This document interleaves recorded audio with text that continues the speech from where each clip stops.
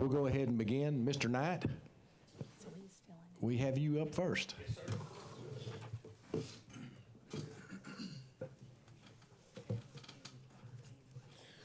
All right. Well, thank you. Are the others on their way, I guess? Should be. Okay, good. The important ones are here. The important ones are, in fact, here, yes. Oh, there's Andy. right. I walked in as soon as you said that. Just the other way. Well, first of all, I want to say I know this is a little unusual for a department head to have a presentation, informational presentation within this session, so I really appreciate the mayor letting me do this. Our topic this evening is cybersecurity awareness, and I think that it's safe to say this has become a part of everyone's everyday vernacular. It's not just an IT function anymore. Cybersecurity, cyber theft has become just everyday occurrence. And so the thing that I'll start by saying is this: we've made a tremendous amount of progress over the last several years in rebuilding a solid foundation for information technology within the city. A lot of that's not real glamorous. A lot of that's behind the scenes. A lot of it nobody knows about unless it stops working, and then they yell at us, right? And so two folks that are here this evening that I want to recognize. We have a tremendous team in the IT department. We have moved mountains, but two folks have really had about an inch recede from their hairline since I became director. And that's Kevin McCoy, who's if you'll stand up, Kevin, that's our network and infrastructure manager. And then Brandon McCroy, who is our network coordinator, and both these guys have worked tirelessly over the last 3 years. Brandon was a new hire. Kevin started shortly before I got here, so they've really had an opportunity to reinvent IT, and they've done a great job. The other thing I'll say is my colleagues that are department heads have been tremendously supportive as we've had to make changes. Sometimes change management's a very difficult process, and sometimes not everyone likes it, but those guys and gals have been very supportive, very helpful, and always willing to step up when we've needed them to. So we've placed a great amount of emphasis on information security over the last couple of years. Some organizations don't want to have this conversation. They don't want to bring it to light. They're scared of it. They're afraid of what that looks like as a reflection upon them, and we've really moved it to the forefront because we think it's an important topic and we want everyone to understand it. It is, if you hear nothing else that I say today, I want you to hear this. Information security isn't simply about the prevention of cyber threats. It's really about the mitigation of risk, okay? If you think about that, it's not just technical in nature, it's organizational behavior. So in the same way that you purchase an insurance policy to mitigate against a fire or a flood or whatever, cyber information security practice is really about the mitigation of risk. Okay? And that's a really important distinction. Everybody thinks it's this magic that happens behind the curtain in a server room somewhere, and it really comes down to a lot of things that include people and how they behave and what we can do to make them more secure in the environment. So there's a quote, and you'll recognize the person here in a minute, that says, "I'm convinced there are only two types of companies, those that have been hacked and those that will be." And that was Robert Mueller when he was director of the FBI. Okay, so that was several years ago, and you can tell that hasn't gotten any better. One of the things that we've had a very successful partnership with Adafio Technology Partners, who has an office here in Conway. Kenny Kinley, Conway resident, former Axiom guy, is the president of Adafio. They've been our third-party security risk assessment auditors, and this is our second year to conduct a risk assessment with them. So to join us this evening is Cheryl Hearn. She is a senior cybersecurity consultant, and she's been the lead on our project. So I'm going to ask her up to talk for a few minutes, and that's the presentation that you have in front of you, and then I'll come back to wrap up after that. So Cheryl? Thank you, Nate. Good afternoon. Thank you for that introduction, Aaron. As a cybersecurity consultant, it's really important for us to understand the threats that our clients are facing. And so when we take a look at the threats that are facing local government, cities, municipalities, what we're really finding and what we're hearing about in the news is how often they're being ransomwared. In the presentation, you'll see we have a quote here from organizations that research, security events and attacks. And so what we're identifying in the cybersecurity community is that ransomware is becoming increasingly evident for local governments. And so in 2019, we had 104 ransomware events. And they're predicting that this is only going to increase going into 2020. And so when we talk about ransomware, we're really, what we're talking about is an attacker finds a way to get access to a system or a network, and then they encrypt the files on that system or network to make it unusable to the organization. And so often they're going to then ask for a ransom in return. If you would like to receive your files, the administrative access back to your system, then you'll pay the ransom so that they can monetize their efforts. If you flip to the next slide, you can see kind of what the attack surface that municipalities and cities are facing. They are very much a targeted industry. In the beginning, we saw how bigger organizations were being targeted for security attacks, credit card companies, corporations really, and this profitable industry, because it is a business. Hacking organizations is very much a profitable business. And that is starting to trickle its way down to our medium and small size businesses that are not as equipped to deal with the cybersecurity challenges that they face. So if we take a look at this slide, you can see that one of the bigger ones we heard about in 2018 was Atlanta. And they reportedly paid around $17 million for one single ransomware attack that they faced. Now, this was a collection of systems that they had to pay for, resources, personnel, time lost, legal, other elements that they're paying as an accumulative cost for one event. If we take a look at Baltimore, we're seeing a similar situation there as well.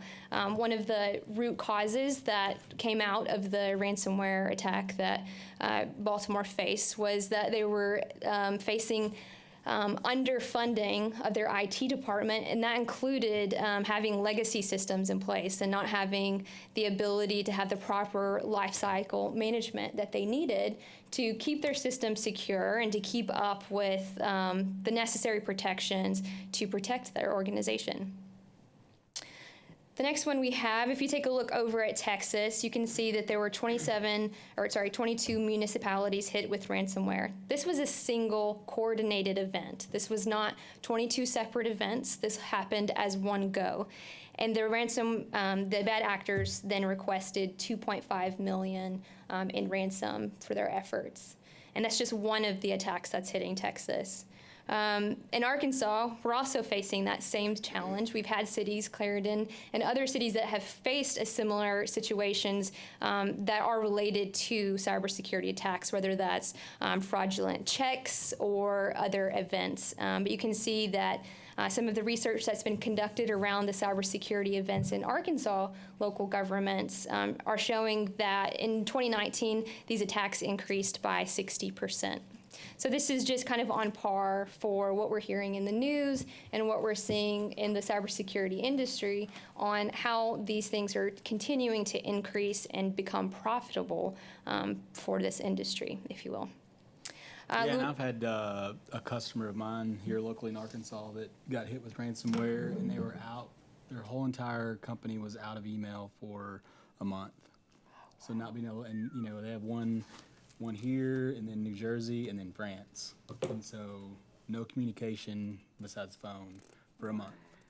So, or personal email, which obviously isn't safe either. So it's, it is a big deal, and it's hitting Arkansas, many companies. So I think it's a very important thing to really look at right now. Yes, and then definitely from our the MSP side, we see it all the time for clients that we work with here in Arkansas, and we're continuing to try and help them face those challenges. One example that I wanted to point out here specifically was Louisiana at the bottom. They had 3 schools hit last year with ransomware attacks, and one of the benefits that came out of that is they had established a cybersecurity emergency response committee to enact anytime that they're faced with one of these events. So that pulls in not only your local government resources, but it's also pulling in experts from the private sector to help them deal with those rapidly. And so in their particular events, they were able to not have to pay the ransom and restore their systems without it causing too much damage to their ongoing services. But as you can see, there are other cities that are not quite as fortunate and not as prepared to deal with that type of threat. And some of the other cities that you see kind of marked here these are all from 2019. So this is happening across the board, across the United States, in other countries as well. And so it's creating a lot of conversation around, what are we doing for cybersecurity, and are we prepared to handle these types of events? So on the next slide, you can see just it's a quote around, what we really like to think about on the cybersecurity side is, well, how does this happen? How do they get access to the system to where they can encrypt these files? And how do they get access to our network to where they can take out our entire email environment? One of the main proponents for these types of attacks is phishing campaigns. And so a phish is when an attacker poses as a legitimate person or entity and sends an email to a user asking them to download or click something. So that when they do that, something can be installed, or it gives them access to that system that they would not ordinarily have to. It ends up being a very, a targeted technique to avoid many of the other security technical controls that organizations put in place. So that's a huge attack vector for these types of threats that are facing organizations. So if we go to the next slide, we'll put a quote in here, similar to the quote that Aaron provided. We're not here to necessarily stop the attacks. We're here to prepare for the inevitable. So preparedness is a key element. We put our controls in place, and we defend our organization and our networks and our systems as much as possible. But are we prepared for what happens next?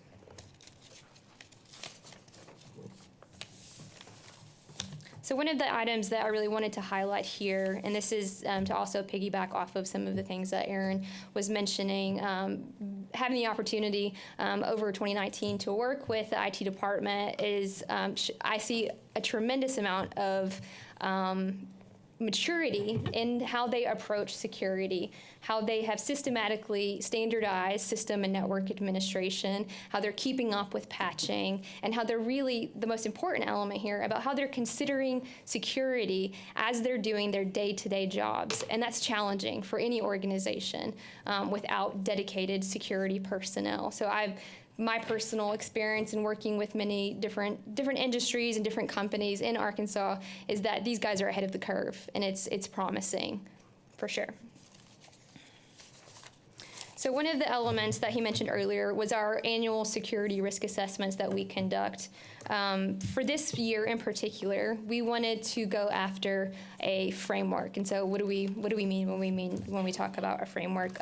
We're talking about some sort of existing governance, documented approach on how we look at security, how we evaluate it, and how we assess against it.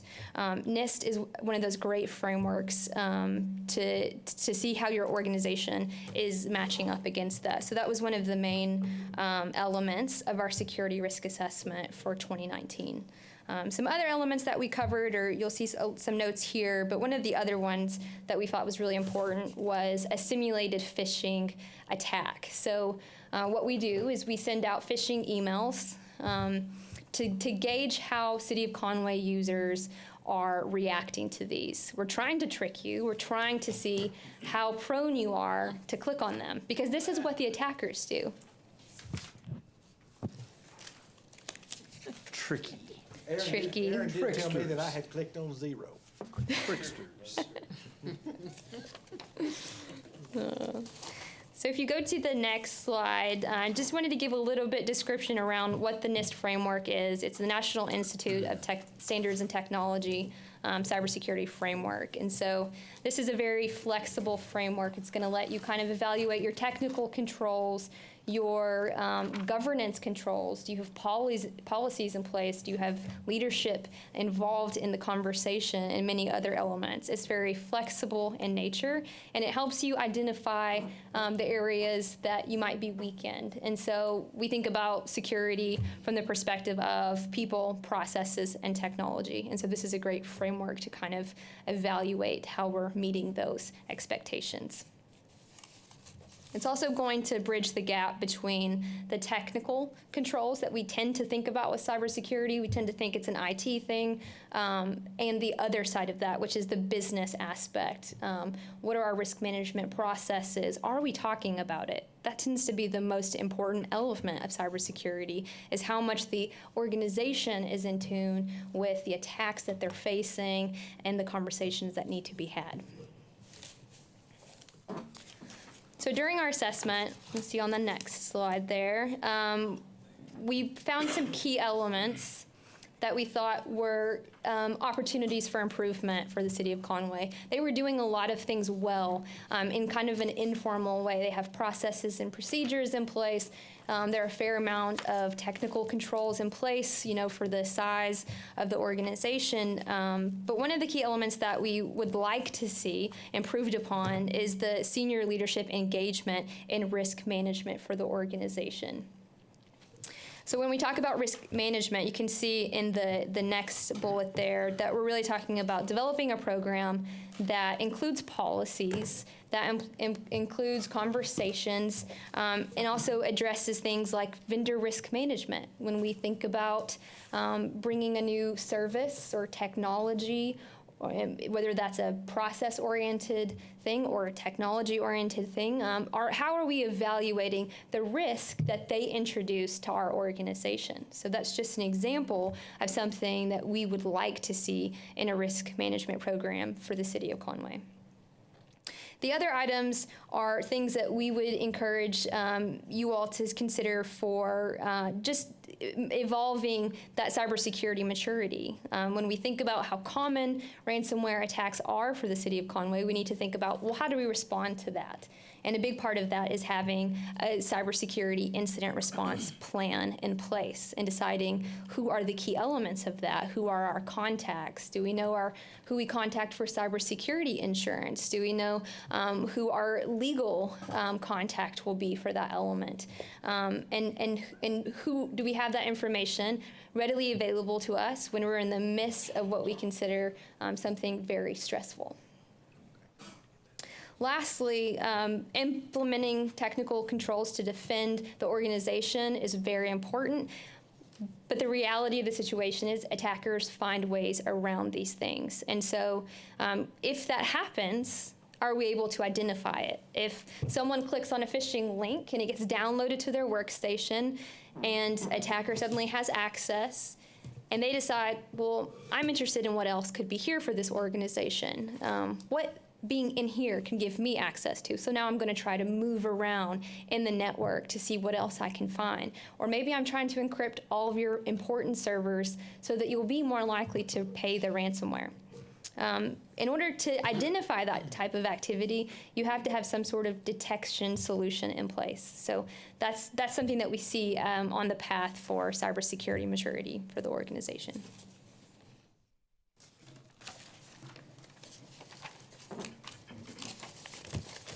So with phishing being a key element in how a lot of these attacks play out, we wanted to provide you with some insight into what that looked like. So for our phishing campaign that we ran in January, this past January, we sent out an email to all users, and of those users, around 146 opened the email. Now, we don't consider that risky behavior in and of itself, right? Because opening the email doesn't really create an issue. It's when you click or download something in that email. And so 33 of those 146 users did click on the attachment or the link inside of that email. And so cybersecurity professionals see that as 33 separate opportunities to have infected your environment in some form. So that's concerning. What do we do anything about it for those 33, or is this what we're talking about? Potential plan to? There's a training component that we're talking about as we move forward.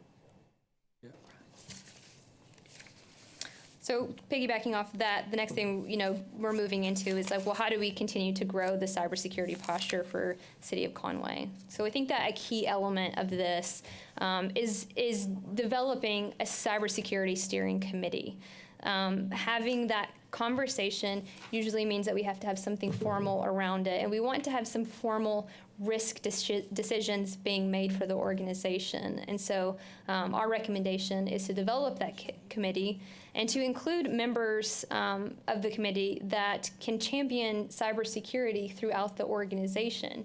Oftentimes, whether that's a leader or a department head or whatever that position may be, for those individuals who are, just as passionate about ensuring that the organization stays safe from these types of attacks, letting them come to the table and take part of the conversation, and then taking that from the table back into the organization to make, the people that they work with aware of the conversations that are being had.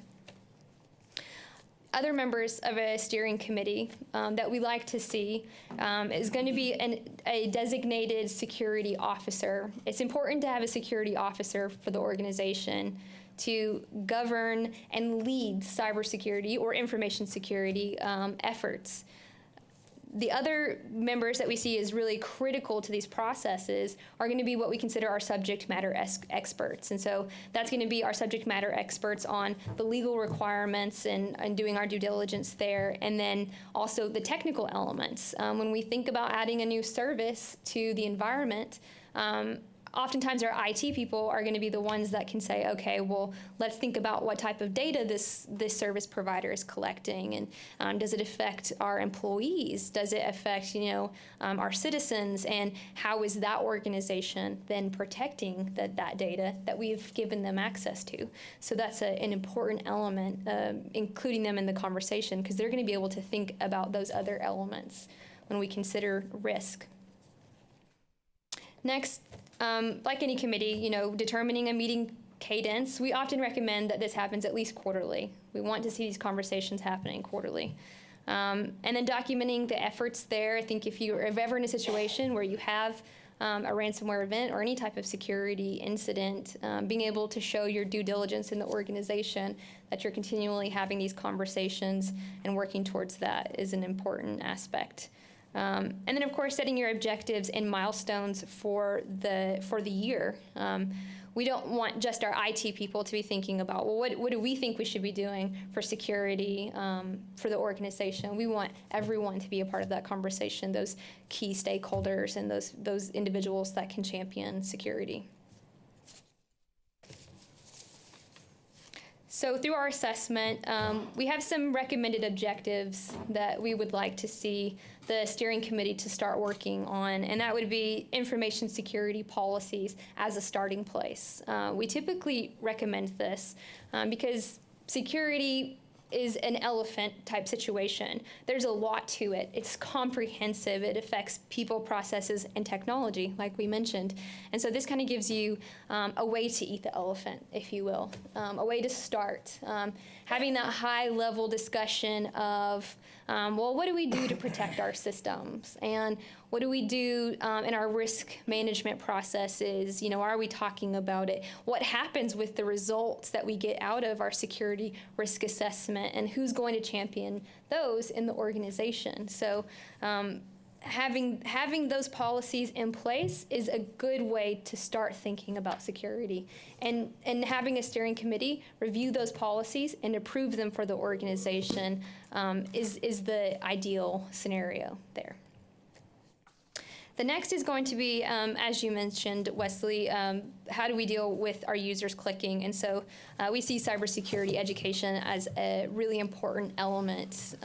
We don't just want to trick you and to get you to do training to punish you, right? We want to continually have those moments where you have to pause and think about, wait a minute, what is this?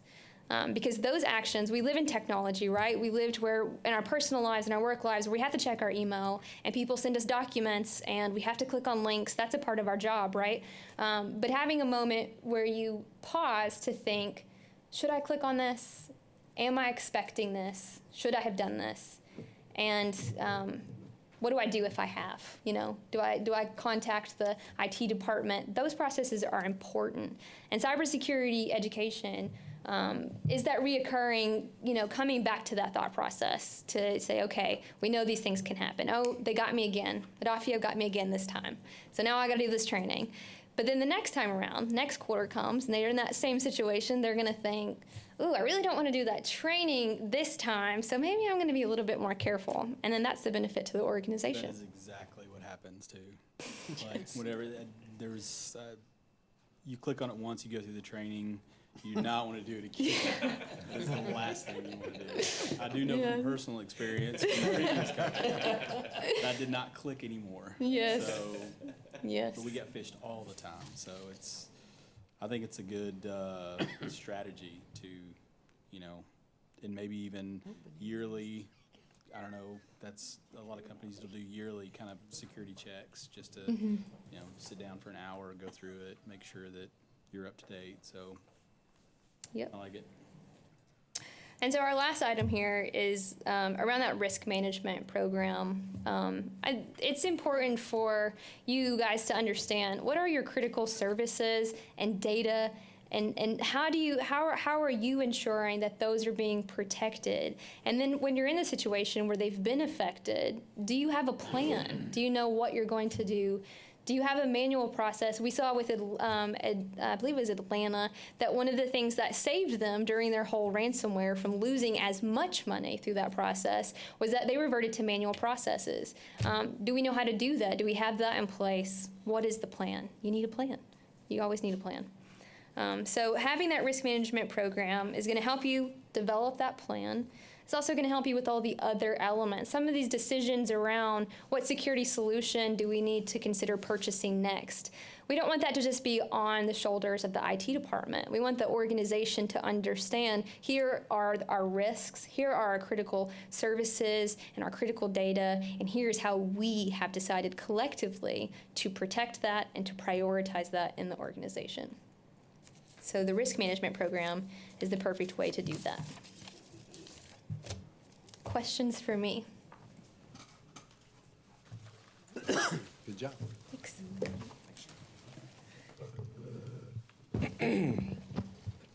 So there's a Lou Holtz quote that I really like, which is, nothing is as good as it seems and nothing is as bad as it seems. The reality lies somewhere in between. And so over the last 3 years, we've really done a lot of work to improve the security posture of the organization. I'll give you one example, and she talked about this with systems that aren't getting backed up properly. When I became director, we had 10 out of about 70 servers that got backed up routinely. Now everything gets backed up every day with a 14-day retention, right? So those are light year things. Those are behind the scenes, but those are important investments we've made in technology and process to try to improve that posture. And I don't want to waste your time, but I could roll down a list of those kind of things. The reality is we have seen some particularly spear phishing attacks. We've had the mayor's name be used as, hey, somebody go do this, right? Or a department head's name say, hey, I need my direct deposit changed, right? Fortunately, they've not had success with that. Our folks have been savvy enough to prevent those things, but those are real within our organization. And they could very well be potentially devastating if something were to happen. We made a move, and all of you guys were in the process of this the last few weeks about Office 365. And that was a big deal. That's a big investment that we made in that move, but it was a really important one. We moved every user to multi-factor authentication. Now, Wes knows in any organization that is a painful change, and our folks embraced it. We didn't have a single issue with it. So our organization as a whole is a very healthy one that's willing to do the right things, but we've got to continue to mature this information security practice, and that's really a lot of what this whole conversation is about.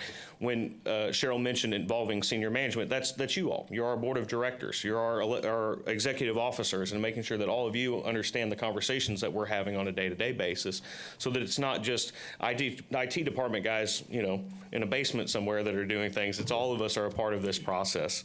I will say when we've done the phishing exercises, we all, Kevin, Brandon, myself, every member of the team get emails. Hey, I don't think this looks legitimate. Should we click on this? No, you did the right thing. Thank you. We see good positive behaviors, and we want to continue to build on that. This landscape will continue to change. It's not static. I wish it were. It'd be a lot easier to protect against. Mayor Castleberry has been extremely supportive of everything that we've needed to do to make these moves. I can call him and he'll say, I've got your back on that, go do it. We've talked about training, and that's not necessarily a fun thing to implement, but he's been very supportive of that. But we're all in it together. I think, moving forward, I'm going to be candid in that there's probably some things we need to invest in. On our team, we don't have a dedicated person that can be focused on this topic every day, and that's probably going to be something that is important. When we brought you sort of a reorganization last year, we included that title, but we didn't fund it. I think with the mayor's support, we'll probably come to you at some point in the future and ask you to consider that. The tools that person's going to need, the resources to get the job done there. We're going to use this framework to build capacity. So the NIST framework is really a gnarly document. If you need something to go to sleep at night, you can read through it, and it's real page turner. But it is a really great structure for us to not only baseline against, but know how to measure our progress and what needs to be prioritized moving forward. And then, as Cheryl reiterated, policy and process. So much of what we've been able to do over the last 3 years has been positive, but it's been informal, and so we really need to start the process of documenting that and making sure that we have a formal security process, that we have that committee that understands what happens in the event of a cyber event, who gets engaged. Chuck's there, the mayor's there, the chiefs are there, all the players that need to be in those conversations to make sure that we can address that effectively. Anecdotally, I'll tell you that our current technology policy that's in the handbook references floppy disk and pagers. So it's a little out of date. It needs a little polish, I think. So. With that, I want to stop talking. I know the mayor's got a very important presentation on the state of the city shortly, but I did want to just open it up for any questions that the council or the elected officials may have. I've got a question. I always do. Yeah. Cheryl, on this map, these people that have had ransoms paid out, and I forgot the term you used, but I liked it. Bad guys? Bad actors. I knew it was somebody like that. What's to keep the bad actor from flipping the switch back on and everything's working real good and we go 3 months into it and they've still got access to our system and they cut it off again and ask for another $18 million? To be quite honest, there's nothing to stop that from happening unless you have an incident response procedure in place that does its diligence to eradicate that type of access from your environment. And that can be done? It can be done with the right professionals and assistance, yes, absolutely. Thank you. Yeah. To follow up on that, we get daily, in some days, multiple notifications of vulnerabilities that manufacturers or the CIA or the FBI have identified in other manufacturers' products. It's sort of an industry, standard. You're just going to understand there's going to be vulnerabilities we're going to have to fight against constantly. So in the instance you're talking about, we may address one, and there's another one that rolls right around the corner, and we're going to have to continue to address those. It's not a static process, unfortunately. There's not one single force field that you can just buy to be As a fully covered. Yeah, As a Star Trek fan, I appreciate that reference. I like that. Again, I appreciate the time this evening. I know this isn't a real exciting topic, but I think it's a very important one. And as an organization, we want to be out in front of it.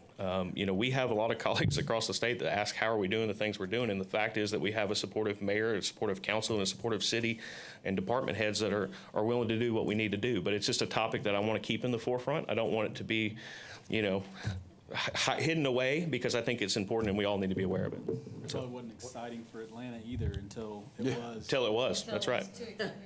That's right. What do we need to do for you and your department and Adafio to get this going? I think we'll bring some formal recommendations a little later. We just got this presentation about 2 weeks ago, so we're still digesting some of the things.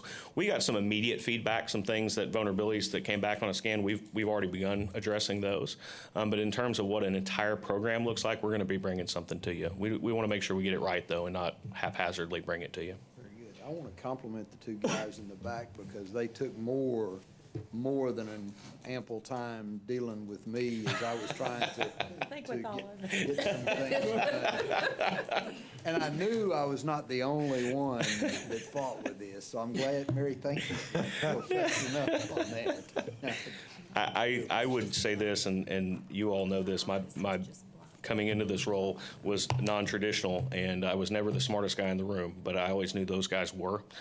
We have a tremendous team, and they work that way. Our telecom guys and our network guys are always in things together, our support guys and gals. And so it's really a benefit to the city and to the employees how hard these guys work on a day-to-day basis for the citizens and for the employees. I'm very apprecitive of them. Yeah, thank you, guys. Good job. I appreciate it. I'd like to thank Kenny Kinley and El Dafio for the tremendous job they do with the city. As far as the cybersecurity steering committee, Wes, if I could get you to chair that. Yeah. And get with Aaron and y'all put it together, and let's keep moving on this. You got There it? you go. Thank you, Mayor. Thank you, guys. Thank you. Took me a while to learn what the term fishing was. I said, but they're spelling it with, I said, they're spelling it with a PH, yeah. You got your new boat for, right? Yeah. I'm going to take a brief moment just to give you a recap of 2019 and hopefully some of the things we're going to do in 2020. First, I'm going to recap some of our economic growth. SFI, Conway-based manufacturer, is expanding its facility. As you all know, we'll add 75 jobs over the next 18 months. DXC Technology will be adding 1,200 jobs that will be in the technology aspect of healthcare, life sciences, automotive, and security IT services. And then Structuralum will be opening their first U.S. facility in 2021 here in Conway. And they're going to invest about $90 million and bring, 130 jobs to begin with in Conway. There's a very real possibility that we have another company. As y'all remember, we voted on the Act 9 bonds here a while back. That's about a $250 million investment. It's going to bring multiple manufacturing jobs. And since that, we have another company that is visiting with us now about looking at Conway in a different realm altogether. So I think this council, I can't take any credit for it, but this council, y'all been in this business a long time, and a lot of this goes back to the city you've built. You cannot make someone come to a city that they don't want to live in. And so the investments that y'all made in trails and streets and the quality of life here is paying off. And each one of these companies have mentioned the quality of life and the quality of place they would have here in Conway. So you guys deserve a pat on the back for that. I'd like to be able to take some credit for that, but I can't.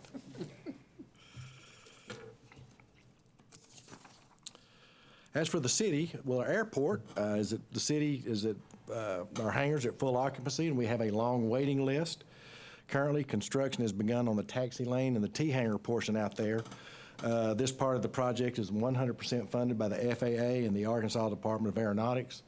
After completion, we will add 12 new T-hangar spaces, and we could build twice or three times that many, and we would have them leased out. That's just doing quite well there. Future plans are to have an aviation mechanics business there that will bring pilots in from around the state and other states to have their planes worked on. It will help with our business there. And we also, someone's mentioned possibly in the future of even putting a restaurant out there. So there's some good things on the horizon for our airport. Our CDBG, Spruce Street Cottages, will gain its first owner this week, and Kiera will actually be up a little bit later tonight to give you a little bit better insight there. We're looking at different options for the homeless. You know, we purchased the piece of property on Gum Street, and we hope to partner with some organization who will come in and work for us, or not, I'm sorry, the city cannot be in that business. We want to partner with an organization who will come in the future and work on having an overnight emergency shelter here in the city of Conway. Conway Fire Department, their calls for service exceeded 18,500. That's a little bit more than we made, wasn't it? 18,500. Chief Winter has his first graduates from the paramedic training program on the street now. That program's up and running. That's going to save some lives. In March of this year, they will have their first CPR blitz. They got a $500 donation from the health department, and they're going to offer just CPR training to anyone who wants to participate, and Chief Winter hopes to do that quarterly throughout the city, offer training free to the citizens of Conway. Conway PD, of course, they started their body cam program this year. That's already paid some dividends with Chief Spradlin. Chief Spradlin really wanted me to highlight something tonight, and I agree with him, is the Officer Wellness Mentor Program that they're starting. They started this program because they're seeing concerning statistics nationwide in which police officer suicides are at least twice the rate as high as police officer line of duty deaths. That's a very tragic figure. Last year, there were 153 officers killed in the line of duty and over 300 documented police suicides, active and retired officers. Police suicide is a highly underreported statistic. Chief wanted to start the program so that it gives the officers a resource internally to go to someone that provides confidentiality to talk them through their problems that they may be having on the job or at home. And they are also working on a physical wellness program through partnerships with the Conway Regional Medical Center and other local businesses, such as Lean Feast, to give our officers good information on eating right, as well as giving them healthy meal alternatives. They even have a spouse class to help spouses learn the law enforcement life and to help them make the transition from civilian life into the life of public services and the stresses that come with it. And that's true, Chief. The stresses for the family is tremendous. So I appreciate you looking out for your department and really moving forward with that. Finance, the city is in compliance with all of our bond requirements, and we're current on all of our debt service obligations. No new debt was issued in 2019. However, we did pay off the first loan for the Western Loop South Interchange, the loan for the land that we purchased on South German Lane, and the 25 franchise fee bonds issued originally for the roadway and site improvements at HP, which is now DXC. Sales tax collections were up 3.75% over 2018 in dollars. That's approximately $740,000 coming in that is excess of what was budgeted for, so that's good to know. 2020 will also be the first year that we receive a full year's income from the internet sales tax. You know, what did we get last year? Was it 6 months, Tyler? Was it that much? Or 3 months? Probably in July, so it was about a quarter's worth. Okay, so we'll get a full 12 months, and that should work out for us. Parks and Rec programs, they had 1,790 local games scheduled and over 5,000 participants. The McGeehan Sports Center had over 200,000 visits. We hosted 20 events at the McGee Center, 22 events at the Sports Center. The Expo Center hosted 76 events, and the Conway Tennis Center hosted 42 events. Lake Beaver Fork hosted 8 events, and Conway Station and City Colleges of Park hosted 39 events with over 2,000 teams attending. They also opened 2 splash pads last year. And let's see, I got a few other things on Parks and Rec. Oh yes, in 2020, the girls' softball fields will be resurfaced. And they're going to continue working toward the Mountain Bike Park West at the old landfill, and continuing work for expanding our trail system from behind Walmart on Hogan all the way to the airport. More importantly, and most importantly, I think, is they are working on the infrastructure, continuing to work on the infrastructure on our old parks and bring all of our old parks up to date. And Steve, I appreciate you guys doing that. Permits and inspections. Single-family home permits were 267 in 2019, up from 205 in 2018. Total permits were 2,860. And our estimated cost for all issued permits for construction in Conway last year was $129,669,247. So obviously, development is doing quite well in Conway. Planning and development, besides working with the various groups and developers, they are looking to the future on all new developments with an eye towards public transportation. As we develop as a city, as these new developments come in, they're looking to the future to where we can have drop-off points and pick-up points for transportation. That's very important for the future of Conway. And there'll be pending council approval. They're going to move to the Tyler Intergovernment software. This will provide much more transparency, and it will also help us with our developers. And we've had this discussion before. I'm not going to go deep into it about how hard the process is and how long it takes. This system that we're going to put online will allow you to go online, handle all of your permitting, print it out, send your plans in for review. It'll shoot to all the departments that have to review it right now that are having to do it one at a time. It'll all go to them by PDF. They'll make their corrections, send it back, and we hope to take about 70-day process down to about a 28 to 29-day process. So hopefully that's going to move forward. They're also presenting, and evaluating, and they'll be presenting to this council a tree preservation plan for all developments. I would have to agree with them, this is something that needs to happen sooner than later. Our sanitation department was awarded the Recycling Education Program of the Year by the Arkansas Recycling Coalition. They have partnered with several professional organizational groups to start the Adopt a Street program for picking up litter. And they've also partnered with Renewal Ranch. And as you all remember, we've got Renewal Ranch coming in and helping pick up litter in Conway. And this last year, they picked up over 24,000 pounds of litter off the streets in Conway. The program is paying dividends. We're getting litter off the streets, but it's sad to think that that people throw that much trash out on our streets in our city. And I mean, 24,000 pounds, and I can guarantee you that's not a quarter of it. Would you say it's fair? That's only half a year. Yeah, that's only half a year. So, but anyway, thank you for the job y'all are doing there. The bulky item pickup that we started in 2019 has been a tremendous success. They keep that booked up all the time. And in 2020, they're going to go to a one-day-a-week pickup, which means you won't have to take your green trash can out on Monday and then your blue trash can out on Thursday. You'll just take them both out on one day. They're going to pick them up on one day, and this will allow them to provide other services throughout the city. Street and engineering, we finished marking and striping all of Ward 3 in 2019. They'll do the same in Ward 4 this year.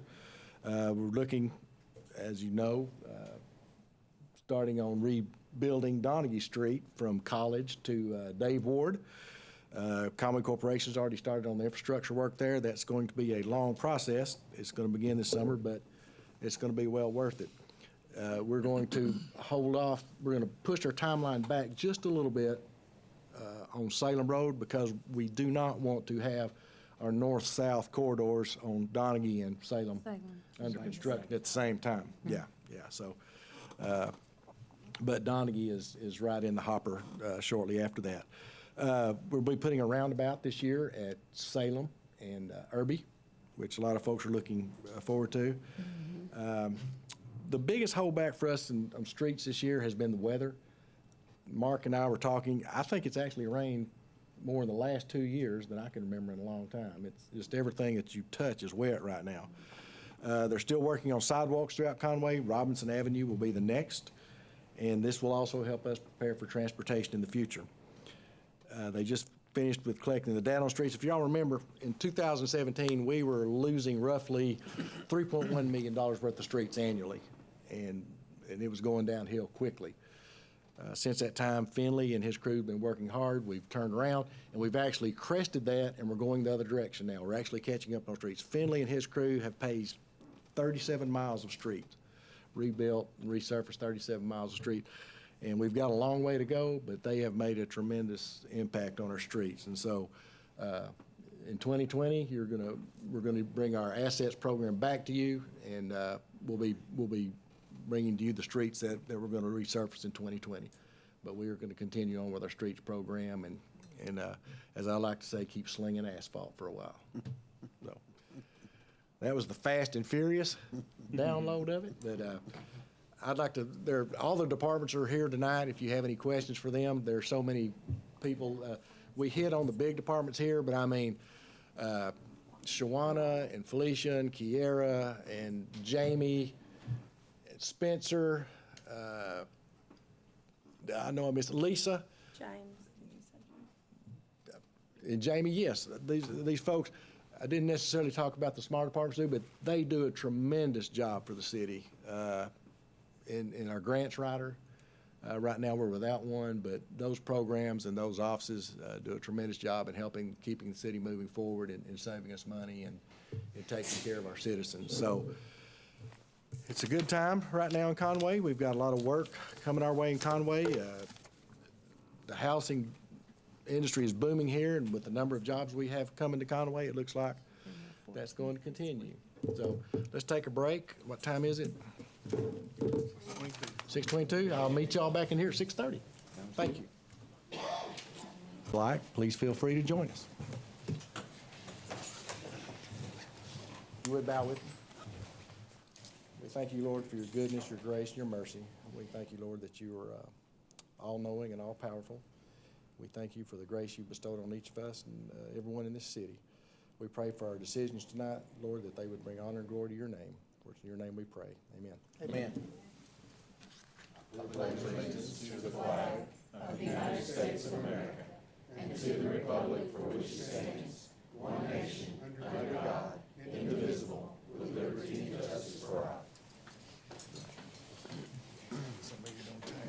Now call this meeting to order. Mr. Garrett, would you call the roll, please? Mr. Hawkins? Yes. Mr. Grimes? Here. Mr. Pruitt? Here. Ms. Mel? Here. Mr. Ledbetter? Here. Ms. Smith? Here. Mr. Jones? Here. Ms. Isby? Here. Okay, you should have received the minutes from the, copies of the minutes from the January 28, 2020 City Council meeting. Any corrections, changes, or comments? I make a motion to approve as submitted. Second. We have a motion and a second to approve this as submitted. Any further discussion? All in favor say aye. Aye. Any opposed? That's 8-0. Before we get started tonight, as you know, we're recognizing our businesses that are working with us here in Conway. As soon as I find my notes, I've got this part of it. Right there we go.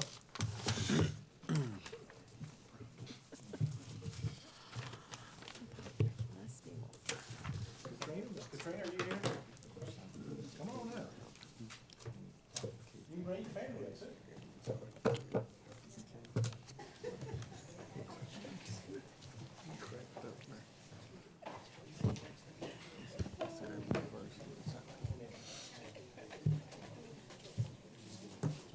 My goodness, there's no girl like how cute she is. She's all decked out, isn't she? How cute. They sure did. Black and gray on. Katrina Williams is from Twin Groves, Arkansas. In 1997, she graduated from Val Perkins High School. And in that same year, she also graduated from the Conway Beauty Academy with her cosmetology and instructor's license. Katrina opened her own salon called Katrina's House of Styles in 1999 and has been a successful business owner for the last 21 years. She has been blessed with a tremendous gift of enhancing the beauty that her clients already possess, and her clients are like family to her. Can you do anything with this? Spray paint. You can do that, man. I'll bring you some next meeting. Save it in there, don't worry about it. It only hurts because it's true. God also has blessed her with a loving husband, Mr. Demond Williams, whom she said been married to for 22 years.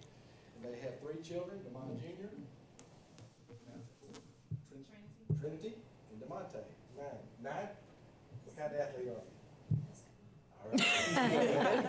Katrina enjoys living in the city of Conway.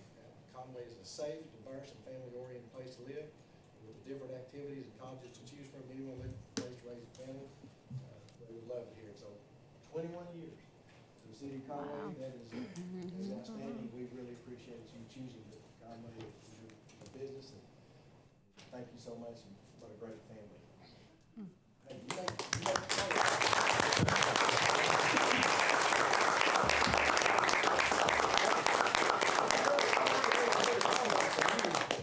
do anything with this boss.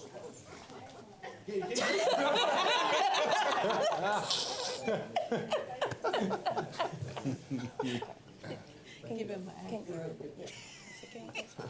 That'd be something to see. Sit down.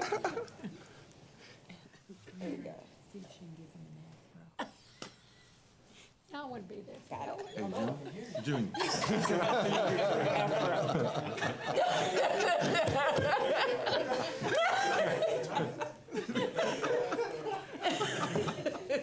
It'd be a miracle. Be more than that. We start seeing water in the. Oh, okay. I didn't know you had your accent. It's like seeing water in the wine. Turn it I down. know this next group.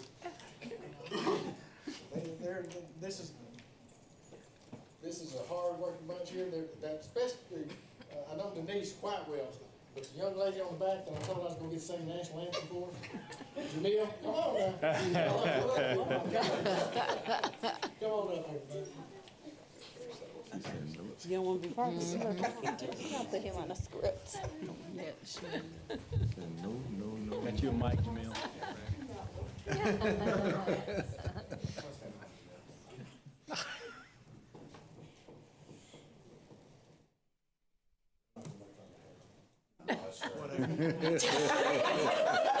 She's asking for it, isn't it? Sandstone Real Estate Group has been in business since 2009. As the smart choice for real estate, it only made sense to open our corporate office here in Conway, the city of colleges, with opportunity for growth and new development. Sandstone Real Estate Group is a full-service real estate firm with corporate offices in Conway, Arkansas, offering residential, commercial, property management, and consulting services. Meeting varying client needs is Sandstone's top priority. As leading advocates for homeownership, the Sandstone sales team strives to promote inclusion, diversity, and fairness in today's housing industry. Sandstone takes pride in being able to provide services to a diverse group of real estate clients in the Central Arkansas area. They are the smart choice for real estate. And I'd like to make a comment about this gentleman right here. When we were meeting with the African American business owners in Conway. One of the things that he brought to my attention was that the city of Conway did not really have anyone who represented the minority business owners. And from that meeting, we moved forward, and we've got Shawana now, so you were right. Something we need to do in the city. I appreciate you bringing it up. And Denise is involved, she's on the board of directors of Conway Corporation. She has helped us hire some department heads in the city. She's a great asset. And Jamil, you know, you can just never get her to smile. Whenever I'm in Kroger, I get this hit from down low. And I look around, I look down. But we're so appreciative for choosing Conway, and you're a tremendous asset to our city, and thank you all very much.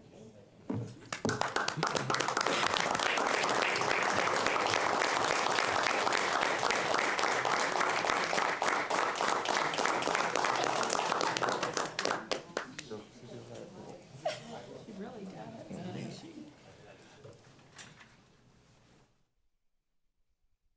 All right, thank you. Yeah. Thank you.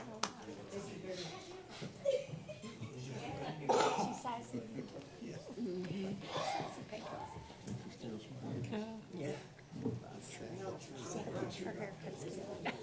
I was seeing, I was trying to stop it. I'm on your side.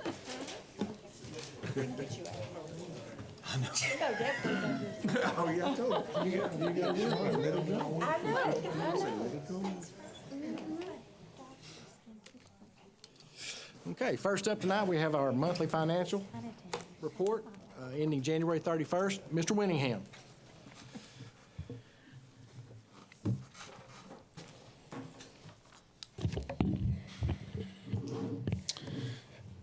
Good evening, everybody. We got January 2020 is the month we're looking at tonight. Good news, sales tax was up. We almost hit 5%. It was up 4.8 over the same month last year. So that's going to be a combination of, pardon? You've studied since I talked to you. Oh, I knew it, sir. Okay. Yeah.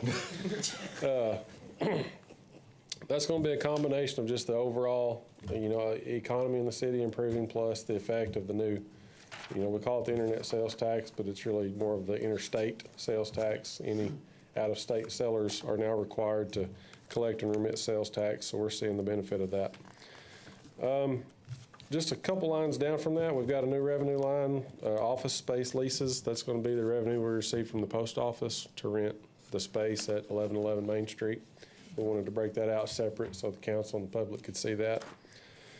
And overall, we're off to a really good start. You can see $439,000 net revenue for the month, and that includes, you'll see on the expenditures, the admin, we're still paying for the remodeling that's going on at 1111 Main Street. So in January, we spent about $344,000 in bills for that project. So, in a typical year, January, under these other factors considered in would look really, really well. So I think we're off to a good start and positioned well budget-wise and economy-wise for the year. Hopefully, everything keeps up and keeps on moving, which all indications are that it will, with everything that the mayor's mentioned tonight as far as, business and industry coming into town and permits, building being up, and it's all good signs. But all results in funds for us to be able to provide services. And that's all the comments I've got, unless anybody has questions or comments that they'd like to talk about. I'll make a motion to approve the monthly financials. Second. We have a motion and a second to approve the monthly financials that ended January 31st, 2019. Any further discussion? Mr. Garrett. All in favor, say aye. Aye. All opposed? That's just 8-0. Thank you, Mr. Winningham. Thank you, Mr. Winningham. All right. All right. First up tonight, we have a resolution accepting funding received from Summerwood Incorporated for the Spruce Street Cottage Development. Ms. Kiera. So tonight, I'm here to ask for your approval on a resolution. Like Bart mentioned, we have our first buyer for the Spruce Street Cottage development. And so this actually is for the down payment assistance program. And we actually got this from the each lot cost. And we're very excited. Sandstone Realty was actually the realtor for our first buyer, so yay. And she's very excited as well. And if you have not had a chance, please go by there. They're so nice, the two that are up, and it complements the townhomes very well. So, I make a motion for adoption of the resolution. second. I have a motion and a second to approve this resolution accepting funds for the Summerwood Incorporated for the Spruce Street Cottage Development project. Any further discussion? Mr. Garrett. Resolution R 2013. All in favor, say aye. Aye. All opposed? Passes 8-0. And Mr. Hawkins, I jumped ahead there. I'll turn this over to you at this Oh, point. heavens no, you're good, Mr. Mayor. You're good. Next item on the agenda is consideration to approve a change order for Garver and Weaver Bailey for the taxi and T-hanger apron #1 construction for the Conway Regional Airport. And good evening. Good evening. Welcome. Thank you. What can you tell us? Well, tonight we're asking for approval to approve the change order for Weaver Bailey, which will decrease their contract, and also asking for approval on Garver's contract, which will increase it just a little bit, but it's going to be paid for 100% by the FAA and Department of Aeronautics. It will not affect any of the budgets. And right now we're currently under budget for the whole project for about a little over $21,000. Great. And the Weaver Bailey deduct is $30,289.97. I make a motion for approval of these change orders. Second. We have a motion and a second to approve the change order for Weaver Bailey and Garber. Any further discussion? How many people do we have on a waiting list for hangers or 28. on a waiting list? Yes, sir. That's fabulous. That's fabulous. I hear good stuff about what you're doing out there. Well, thank you. Yeah, she's getting in line. I'm telling you, that's good. Mr. Garrett. All in favor, say aye. Aye. All opposed? Passes 8-0. Thank you very Thank you, much. Michelle. Thank you. Thank you, Michelle. There is this next ordinance that you have coming up, Mr. Hawkins. In your ordinance, we have two amounts there, one for $40,332.60. And on another line, it says in section 1 there, $42,332. The first amount is right, $40,332.60. Okay, so the 42,000 is incorrect and should be Yes. 40,000. Okay, very good. The next item then will be an ordinance to waive the competitive bid process for the repair of box culverts on Van Ronkel Street for the Transportation Department. And we have an ordinance to read for this item. It's ordinance 02011. Make a motion that we waive the 3 readings. Second. We have a motion and a second to waive the 3 readings. All in favor say aye. Aye. Any opposed? Passes 8-0. Look at him waiting. What are you hiding back there for, Finley? Waiting for somebody to call me up? Just come on up, come on up. Come on This down. isn't your first rodeo, you know the way up there. Well, thank you, Mr. Mayor. Council, you have an ordinance before you to waive the competitive bid process to purchase box culvert for repairs on Van Rockle Street. We got two quotes, one for $385 and one for $662. The corrected amount, thank you, Mr. Mayor and Chuck, is $40,332.60. I'll make a motion for approval of this ordinance with the emergency clause as well. Second. We have a motion and a second to approve this ordinance with the emergency clause to waive the competitive bid for the box culvert repair on Van Rockle. Any further discussion? If all goes well, what's the estimated completion time or date? Oh, gosh, you're really putting me on the spot, aren't you? He sent me something that's before Toad Suck Days. We're shooting for that. But the skies keep. Yeah, that's the reason I don't really want to say anything on camera, because if it keeps raining like this, it gets pushed out. Yeah. Any other So it's like discussion? days if it doesn't rain from now until. If it doesn't rain until Toad Suck Days, we will finish by Toad Suck Days.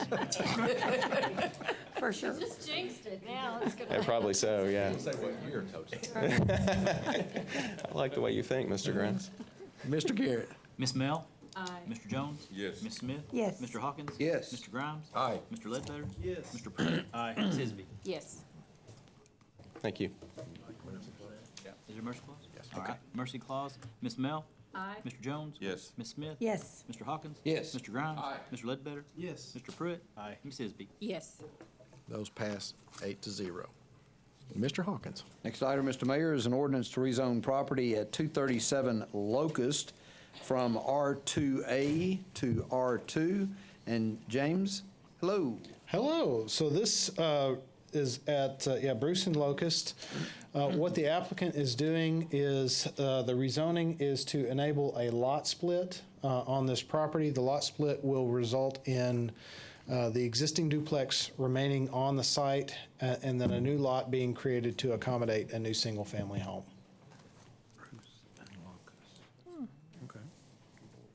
I make a motion to waive 3 readings. Second. We have a motion and a second to waive the 3 readings. All in favor say aye. Aye. Aye. Any opposed?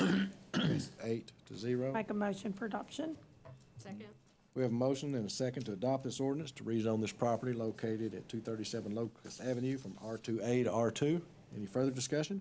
Did you say single family, James? No, you don't need to come up, just single family home on the new lot. Thank you. So what will the address of the new lot be? Will it be on, I'm just on wondering, now. will it be on Bruce or will it be on the other? 237 It'll be on Locust. Bruce. Yeah. So the existing house faces, the existing duplex faces Locust. And so when the new one will be, it'll be basically a wider, less depth lot that'll face onto Bruce and have access via an alley there. So there are multiple steps in this project. The first of which was going to Planning Commission, this rezoning. There were some variances that were needed. And then once the house plans go through, then that will also need to go through the HDC, the Historic District Commission. And so there's multiple aspects to this, but this is another one of the steps in the process to enable that. Thank you, James. Hey, a question. Are they gonna have access from Bruce and Locust? Just Locust? So the lots, well, one of the lots will more than likely access via Locust, and then one will have access via Bruce. I'm just asking, I know it's right there on the corner where the stop sign, and that's what I was asking. Yeah, we'll for the lot that is the furthest to the west, that's on the Bruce side, we'll want to push that driveway as far off to the west. And one of the things in terms of looking about this, with driveways, you're often concerned about issues of how close is it to an intersection. But when you look at a single-family residence, typical single-family residence on the high end generates at most 10 trips per day. And so those concerns about driveway location aren't nearly as pronounced as it might be if this were something like an office, or if there were some other form of commercial use that were here. they'd have an order of magnitude, 10 times greater in terms of the traffic that would be generated on that. So when you have a single-family home, the amount of traffic that's generated off of it is very, very minimal. Is this at the intersection of the Aaron Knight four-way stop sign? Yes, this is Aaron's Corner. Mr. Knight, you're aware this property floods on a regular basis, aren't you? Generally, yeah. Okay. I didn't think we could name a.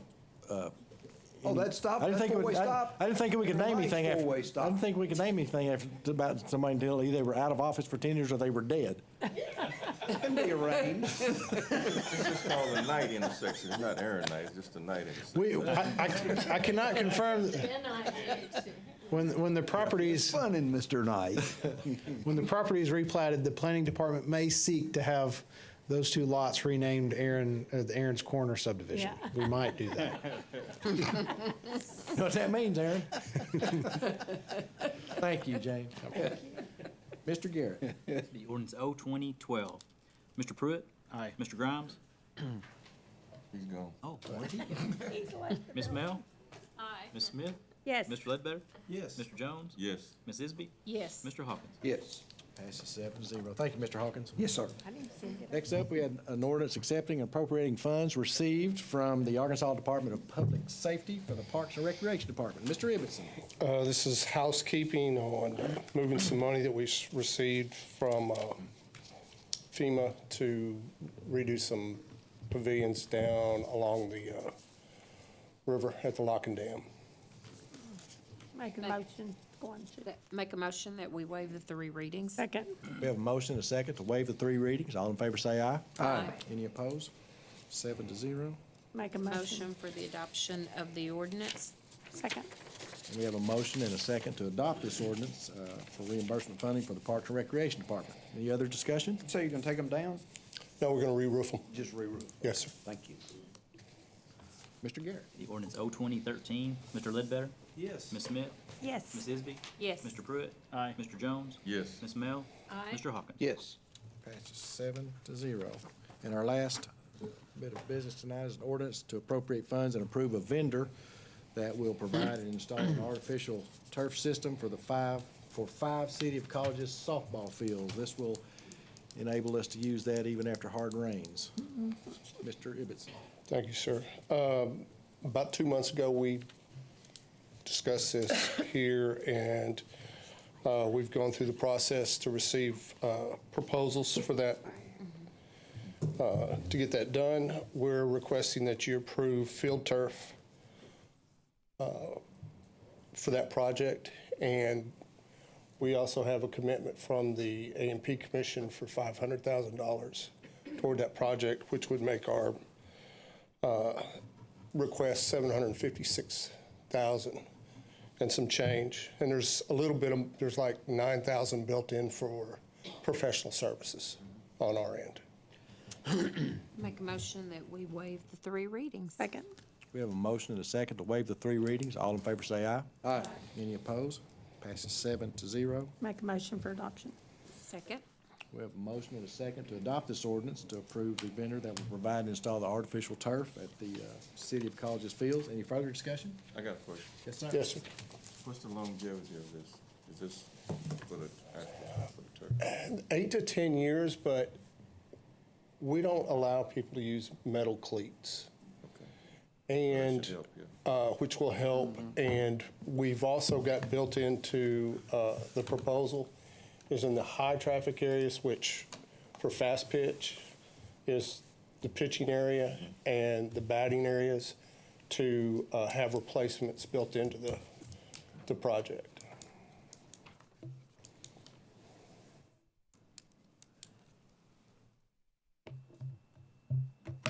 Yeah, that's fine. I was just Okay, that's curious. it. All right, Moving Mr. Garrett. forward, I put the turf in, I was just- That's a good question. It's a real good question. This will be ordinance 02014. Ms. Mel? Aye. Ms. Isby? Yes. Mr. Jones? Yes. Mr. Pruitt? Aye. Ms. Smith? Yes. Mr. Ledbetter? Yes. Mr. Hawkins? Yes. Thank you. Thank you, Steve. And item C1 is, we are not going to have an update tonight, so that's all the business we have. I would like to thank our visitors. I thank you, both businesses, for choosing Conway. Thank you, and thank you for attending tonight. With that, I'll take a motion to adjourn. So moved. Second. We are adjourned. You don't have anything?